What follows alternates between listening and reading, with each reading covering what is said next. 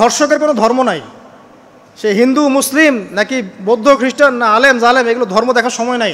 আল্লাহ পাক বলেছেন তার রাসূলের মাধ্যমে ধর্ষণ হলেই প্রকাশ্যে মৃত্যুদণ্ড দিয়ে দিবে, যেই হোক, সে যেই হোক, সে যেই হোক না, ওর কোনো ধর্ম নাই। সে একজন আলেম দাড়িওয়ালা মানুষও যদি হয় তাকেও এই কাজ করতে হবে। তো চোরের কোনো ধর্ম আছে? ডাকাতের কোনো ধর্ম আছে?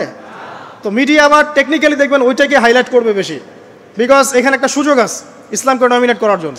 তবে এখানে একটা বিষয় ক্লিয়ার করতে হবে যে পাপ পাপী যেই করুক তাকেই শাস্তির আওতায় আনতে হবে। আল্লাহ পাক তৌফিক এনায়েত করুন বোঝার। এখন এমন একটা সময় চলছে বাচ্চারাও এগুলো থেকে নিরাপদ না। 5 বছরের মেয়ে, 7 বছরের মেয়ে, কয়দিন আগে দেখলাম যে 2 বছরের মেয়ে, নাউজুবিল্লাহ, তার সাথেও নাকি এরকম ঘটনা ঘটেছে, এবং উত্তরবঙ্গেরই ঘটনা এগুলা।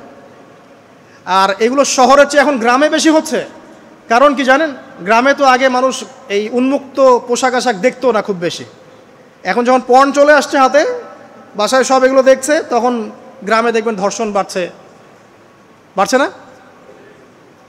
এটা নিয়ে আমি আলাদা লেকচার দিয়েছি যে কতগুলো ধর্ষণ হয়েছে এই পর্যন্ত। এই বছরই লাস্ট এই বছরই দেখবেন রিপোর্টেড 1337টা রেপের ঘটনা ঘটেছে এই বাংলাদেশেই।